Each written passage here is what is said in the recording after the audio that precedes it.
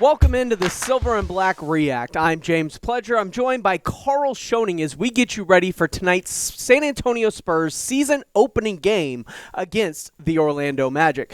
Karl, there's been a lot of changes this offseason. This is a fairly new yet familiar team with a bunch of people about to take on a whole bunch of different roles.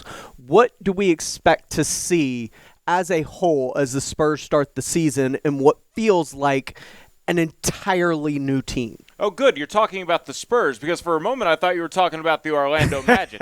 We have two teams that are very similar in the sense that they have a lot of guys that are going to be figuring out where they actually fit in the hierarchy of their squad. Because obviously, we'll start with the Spurs. They lose Patty Mills. They lose DeMar DeRozan. They lose Rudy Gay. And those are three of your primary playmakers. Let's not forget that LaMarcus Aldridge was a main player in last year's training camp. So on a calendar year of the NBA from start of preseason to start of preseason, yes, a very different team. And you're going to have to figure out where does DeJounte Murray fit, because if you had to guess – if you gave me a guess, I should say, I say that DeJounte is probably going to be slated as this team's best player. It's engine on both sides, offensively and defensively. And this is the year where I think DeJounte steps into the Shai Gilgeous-Alexander range of things being covered. And, hey, someone walking on in while we're recording. How you doing, Sheldon? Put up a sign. Huh? Put up a sign. Put up a sign? Okay. All righty. Recording in process. The first time since the first day you got here that I've seen you in I've been here all the time. We record in here fairly regularly.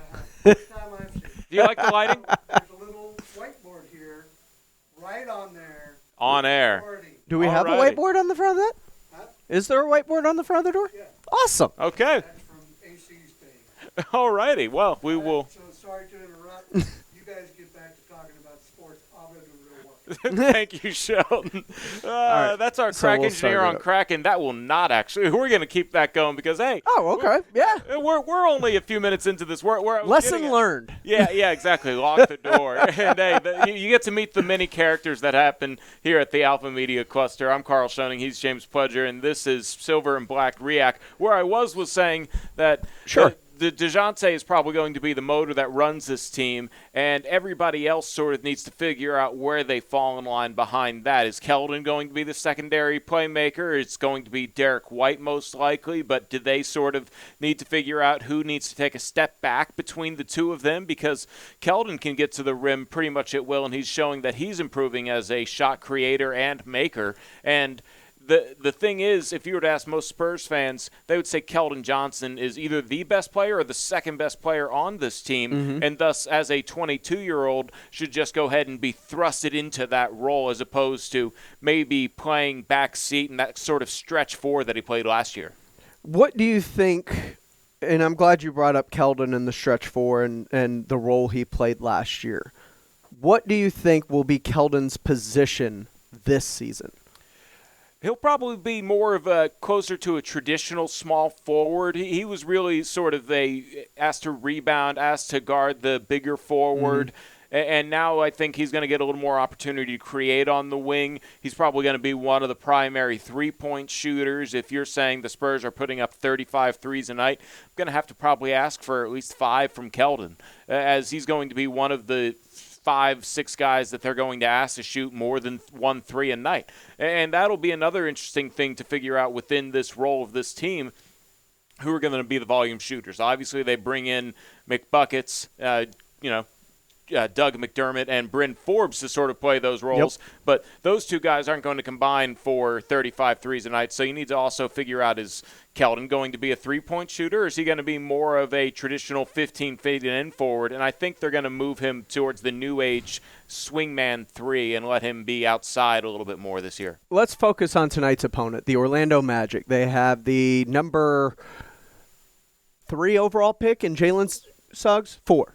It's 3 or 4 because Scotty Barnes went to the Toronto Raptors, and I think that they were expected to get Suggs. So somewhere in those range where those two picked. I don't remember the exact order, yeah.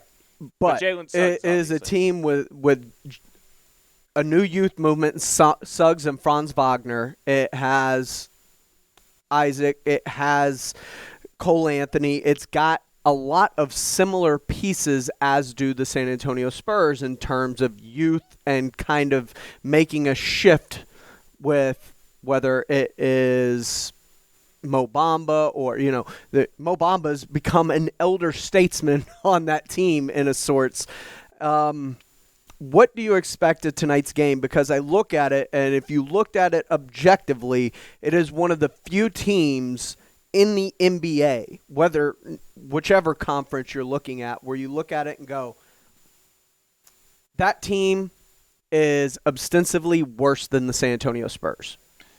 Yeah, I can agree with that statement, but it's a team that's very talented, so you don't want to look past them either because But it's one of those few, like, you look at the schedule and you can kind of check next to it, that should be a game the Spurs win. Yeah, if you're just looking at it from the beginning of the season, but this is also a team that did have a little bit of time to develop these roles after the trade deadline because the Magic were sellers at the trade deadline. They moved Vucevic and they got Wendell Carter. Gordon. They moved Aaron Gordon. They were able to get R.J. Hampton and Gary Harris. So these are guys that have had a chance to play together and sort of understand their roles and have chemistry on an NBA court as opposed to the entire San Antonio Spurs roster, with the exception of maybe McDermott and Bryn Forbes, stepping into roles that they're not familiar with. So this will be a interesting battle of did those 6 months to the summer period really help out the Orlando Magic get a jump start on this year as opposed to being stubborn and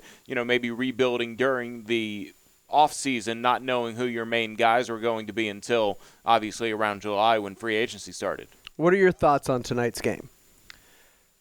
The Spurs all-time are 46-19 against the Orlando Magic, but a man by the name of Tim Duncan. This is not the all-time Spurs. Yeah, the man by the name of Tim Duncan had a lot to do with that. So obviously, you could throw that record out the window because this is a very new Spurs team, and this is a very new Orlando Magic team that does have that little step that I was talking about on them in terms of chemistry.